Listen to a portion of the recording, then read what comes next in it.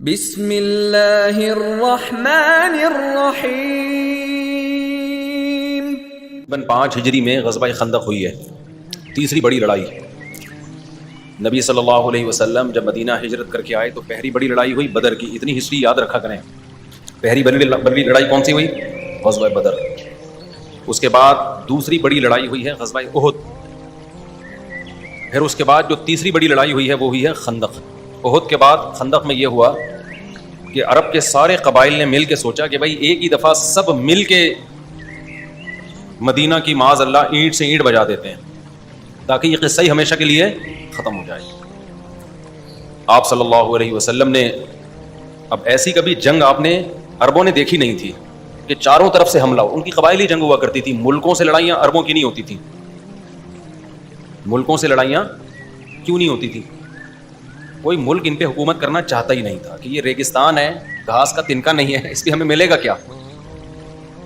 ہمیشہ بڑی طاقتیں ایسے ملکوں پہ نظر رکھتی ہیں جہاں ان کو کچھ پیٹرول ہو، تیل ہو، گیس ہو، ایٹم بم ٹائپ کی چیزیں ان کے پاس رکھی ہوئی ہوں، مضبوط فوج ہو، اس ٹائپ کی چیزیں جہاں ہوتی ہیں تو وہاں بڑی طاقتوں کی نظر ہوتی ہے۔ غریب ملکوں پہ کیا کرنا ہے ان کے؟ تو صحرا تھے عربوں کے پاس، کچھ کھجور وجور سے گزارا ہو جایا کرتا تھا، تجارتی قافلے بڑے لمبے لمبے جا کے پھر وہ کچھ سال بھر کا انتظام ہو جاتا ان کے لیے۔ تو اس لیے عرب جو جن لڑائیوں کے عادی تھے وہ یہی ہے کہ ایک قبیلے کی دوسرے قبیلے سے، پھر جس قبیلے سے ہو رہی ہے تو ان کے اپنے اتحادی قبیلے بھی ہوتے تھے، ان کے اپنے اتحادی قبیلے ہوتے تھے کہ جی ہم پہ حملہ ہوا تو تم مدد کرو گے، تم پہ حملہ ہوا تو ہم مدد کریں گے۔ اس طرح کے آپس میں ایگریمنٹ کی تو بہت بڑی لڑائیاں نہیں ہوتی تھی۔ خندق میں یہ ہوا، غزوہ خندق میں، کہ چاروں طرف سے قبائل نے مل کے سوچا کہ ہم مدینہ پہ اکٹھا حملہ کریں گے اور صفحہ ہستی سے مٹا دیں گے ان کو۔ ایسی لڑائی نبی صلی اللہ علیہ وسلم کی زندگی میں پہلی مرتبہ۔ آپ پریشان ہوں گے۔ اب دیکھو پھر یہاں نبی نے یہ نہیں فرمایا کہ چلو اسلحہ اٹھا کے لڑتے ہیں، مدد کرنے والا کون ہے؟ اللہ ہے۔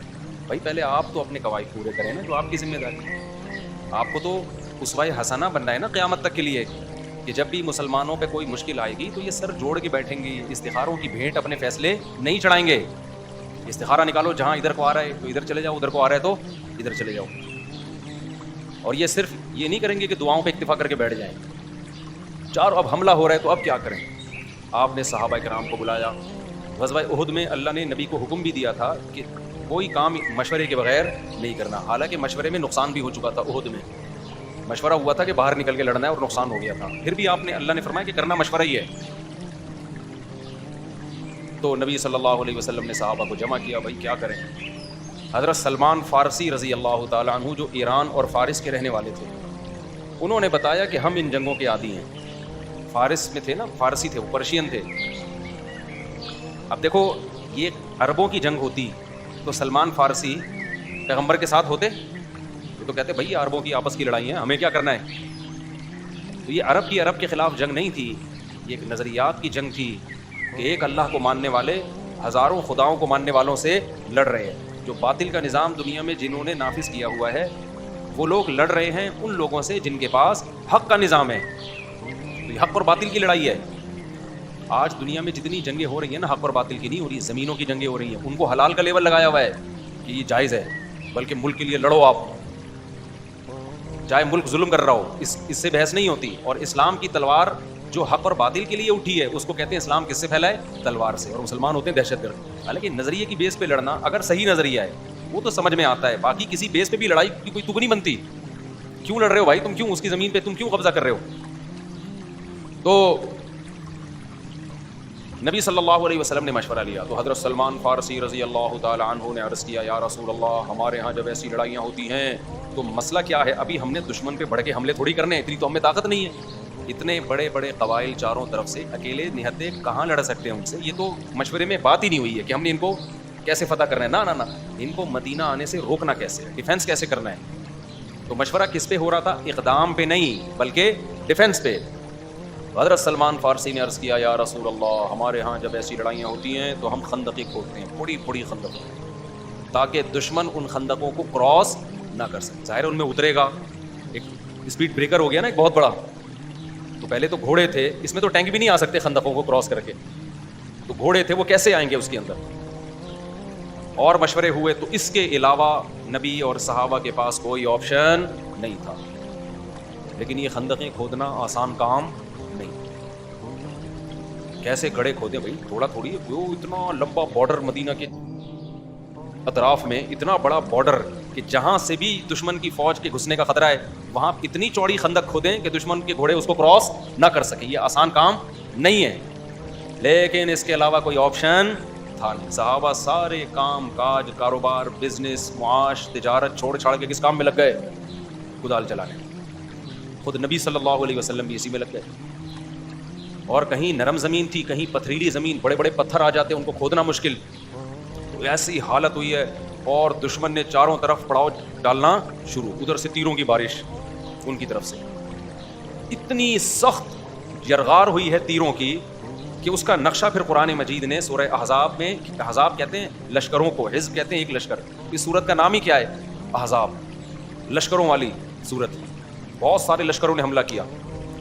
تو اتنی تیر اندازی اور اتنی موت کا خطرہ کہ ابھی بس پہنچے یہ لوگ مدینہ میں, اور ادھر خندقیں کھودی جا رہی ہیں جلدی جلدی.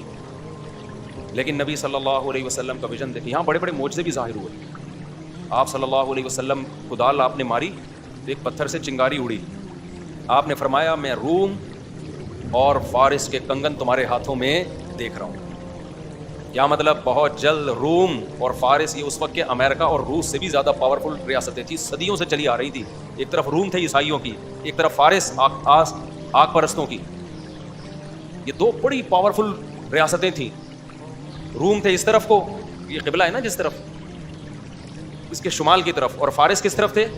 ایران کی طرف.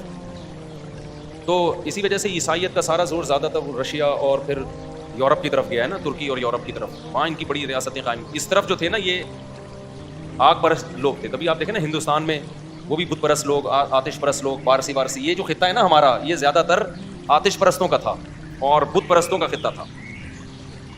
تو نبی صلی اللہ علیہ وسلم اتنی کمزوری کی حالت میں, اور آپ خوشخبری کیا دیکھ رہے ہیں کہ روم اور فارس جو بڑی بڑی ریاستیں, اس کے کنگن کس کے ہاتھ میں آئیں گے؟ ان کے کنگن تمہارے ہاتھ میں. کوئی ہوتا اس وقت دنیا برس, وہ کہتا دیکھو بھائی حالت اپنی یہ ہے کہ اپنا دفاع ہو نہیں رہا, اور خوشخبریاں کیا دی جا رہی ہیں, روم اور فارس میں ہماری فوجیں داخل ہونے والی ہیں.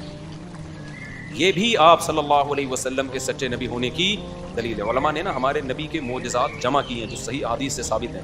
بہت سارے ہیں وہ معجزات. صرف معجزہ یہی تھوڑی ہے کہ چاند کے 2 ٹکڑے کر دیے. یہ جو آپ کا اتنا کانفیڈنس تھا نا, اتنا کانفیڈنس, اور ایسے کانفیڈنٹ ہو کے آپ صلی اللہ علیہ وسلم کام کر رہے تھے, یہ کانفیڈنس خود اس کی دلیل ہے کہ آپ کو اپنے نبی ہونے کا یقین تھا. اور صحابہ بھی اسی وجہ سے لگے ہوئے آپ کے ساتھ.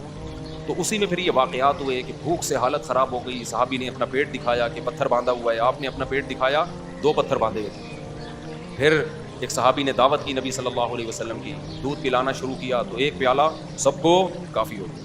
ہانڈی میں سے سالن ڈالنا شروع کیا, آپ نے میزبان کو حکم دیا کہ ہانڈی کا ڈھکن کھول کے نہیں دیکھنا, ٹھیک ہے, بس نکالتے رہے, اور سب کے سب لوگ سیر ہو گئے. تو صحابہ نے یہ معجزات بھی دیکھے.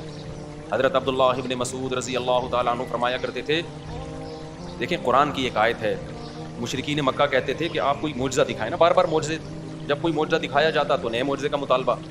تو اللہ قرآن میں کہتا تھا کہ ہم نے, قرآن میں اللہ نے کہا کہ ہم جب بھی پچھلی امت کو ان کا منہ مانگا معجزہ دکھاتے ہیں نا تو پھر ان کو مہلت نہیں دیتے.